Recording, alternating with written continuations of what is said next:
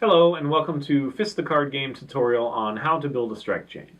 Now I am in my offensive phase and I have two characters here. I have Glass and Fox. Now both of these characters are untapped, so I can use either of them to perform this next chain. So I'm really going to look at the character cards and the stats on them and then what cards I have in my hand to determine what the best course of action is. So first things first, I'm going to look at the strike icons on the top of the character cards. There is one icon for each of the strike types in the game. There is hand-to-hand, there is edged, there is blunt, there is firearm, and there is explosive. Glass here has hand-to-hand and blunt that are grayed out. This means that he cannot use those strike types, so he will not be able to use any of the cards with that strike type on them in building this chain. The next one is edged, and that is white, so that means that he can use them, but they're not his specialty, so they're not going to have any multiplier. The last ones, firearm and explosive, are his specialty. They're shown in yellow, and they have a ×2 by them. That means that any strike of this type played in a chain will be doubled in strength, so whatever he rolls will be ×2. Now, the other thing to look at is the strike icon here. Glass has a 3 on his, and then has 2 die by it. This means that he can play 3 cards, as the number indicates. He can play 3 cards in the strike chain, and he can roll 2 die per strike to determine the strength of them. Fox here, she's a specialist in hand-to-hand and edged, so those will be multiplied. She cannot use blunt either, so blunts aren't going to help me very much in either case here. But she can use firearm and explosive. They're just not multiplied. So, of course, I want to use as many multiplied as possible. Her strike icon has a 4 on it, which means she can play 4 cards in a strike chain. But she has a 1 of 2 die rating here, which means that she'll roll 2 die, but she'll pick one of them to be the strength for each strike she plays. So, Glass has a potential to have stronger strikes, but he only has 3 cards he can play. Fox has a potential for maybe weaker strikes, but she has 4 cards she can play.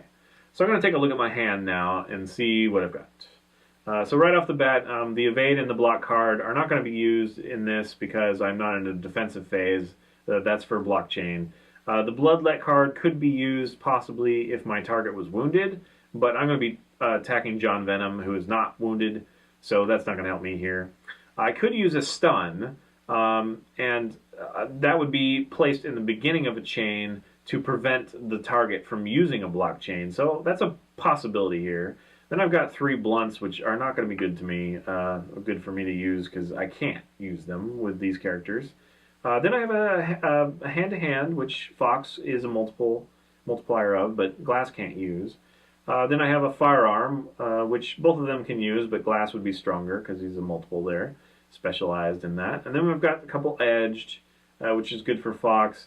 And then I have an any strike card, which means I can use it for either of them to be either a firearm or explosive for Glass or a hand-to-hand or edged for Fox. So it definitely looks like I have more that Fox can use as multiplier. So I'm tending to lean towards using Fox. The last thing that I have to consider, though, is their health. There's always a potential for characters with low health to be counterstruck and killed off before the entire chain resolves. So if I look at Fox here, she only has 8 health, so there is a potential that she's going to be killed. I don't know. Glass here definitely has more health, 67. There's no danger of him dying, really, with a counterstrike. So it would be safer to use Glass, but I have stronger cards for Fox.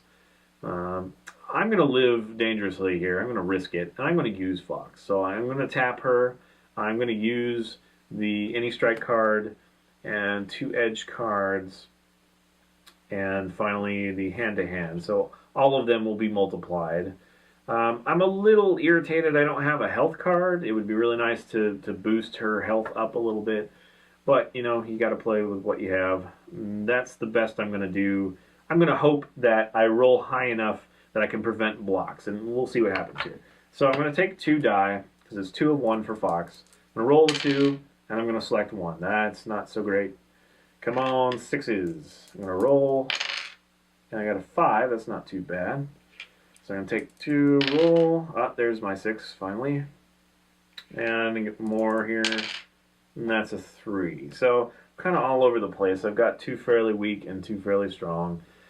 So now I'm going to decide what order I'm going to set them. And I'm going to definitely set them from left to right, just like reading.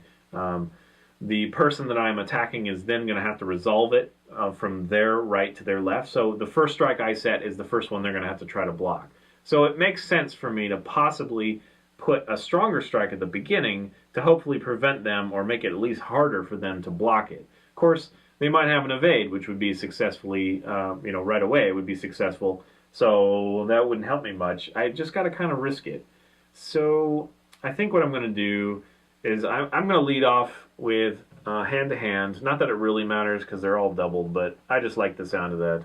We'll do a hand-to-hand, and this any strike will be one of her swords. So we'll do a hand-to-hand to open them up, and then 3 swords. And I'm going to arrange the first one to be the strongest.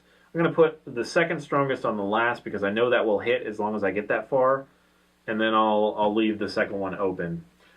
John Venom, who I'm attacking, only has the ability to play 2 block cards, so as long as he fails to block this one or doesn't have an evade, he will not be able to counter-strike me because at best he could try to block this one and then he's out of cards he can play. So this is the best choice of action, I think, towards Venom, and we'll see how that resolves.